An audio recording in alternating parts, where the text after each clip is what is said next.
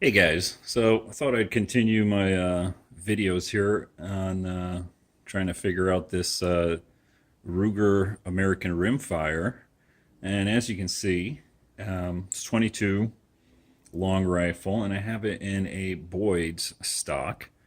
I took it out shooting along with the Ruger 1022 the other day, and again, I was kind of disappointed with the results from this rifle. Now, uh, the barrel is floated, but the accuracy just isn't in this rifle the way it's configured right here. So here's the results, and as you can see, they're not very good. This is 10 shots per group with a couple of different ammunitions, some Aguila, some SK Plus, and just some Winchester 36 grain hollow points over here.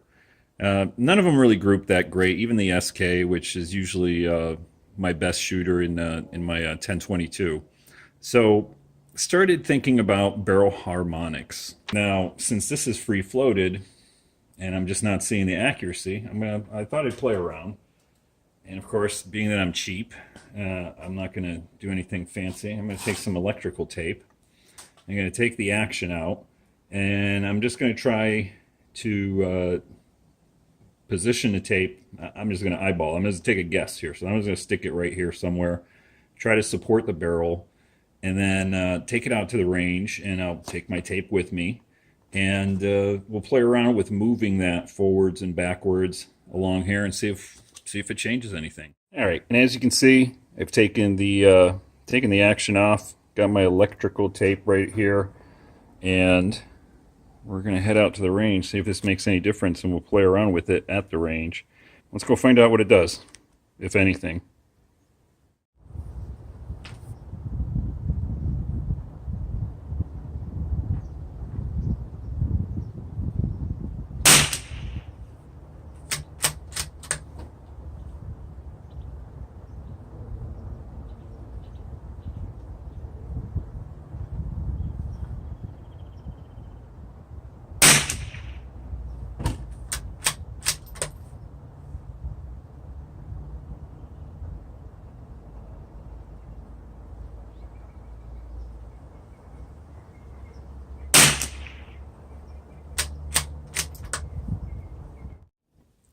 All right, guys, so that was a short clip of me shooting off a few rounds there at the range, just so you could see what the setup was. And if you notice there, I was shooting off of the bipod with a rear bag. So let's see how we did. So this is the original target.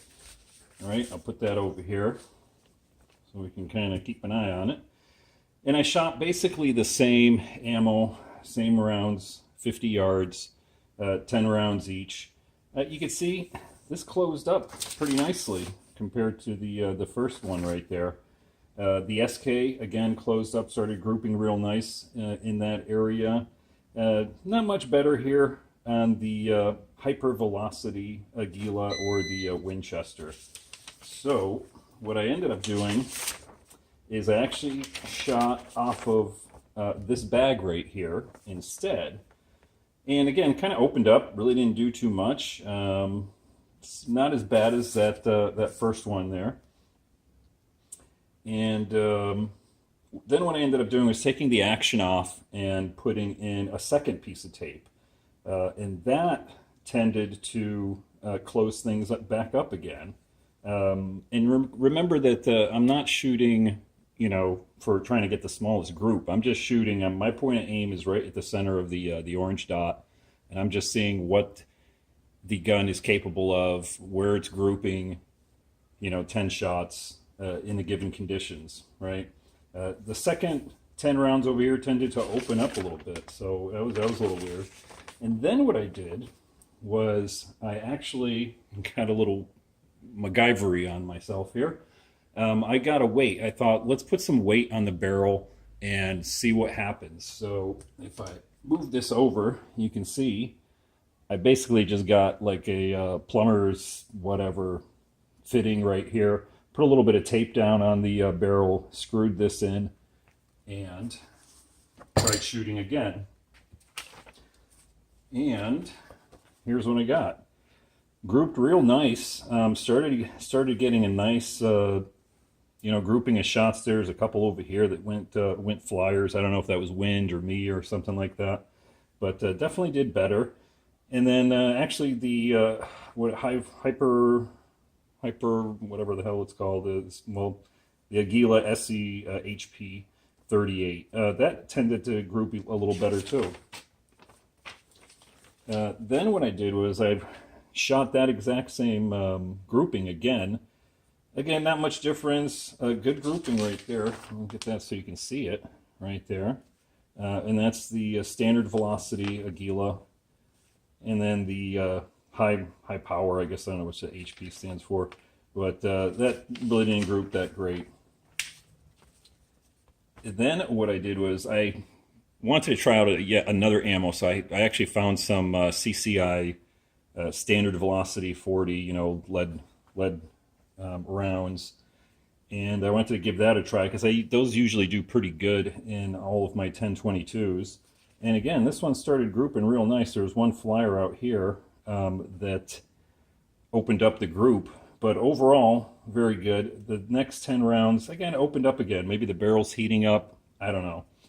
Same thing, this is all the same round. Let the gun cool down a little bit, and again started grouping real nice right there. That's probably one of the best groups that I got for the day. And then the next 10 rounds sort of opened up a little bit more. And just so you can do a comparison here, I know we're comparing Aguila to CCI. Just having the tape and having that extra weight on the barrel definitely did close up the groups. And yeah, so kind of fun here, and just for shits and giggles, I shot my 1022 bull barrel. Same method. I'm just shooting 10 rounds at 50 yards here, right at the dot, and that's what it tended to group at that same time. So, what can we get out of all this? Don't be afraid to play around with some oddball ideas. With your barrel, it'll help. Apparently, I think that's the best I'm going to get out of this rifle. I can keep playing around with it some more, but I think for now, I'm done. I'm happy with the CCI and the Aguila 40.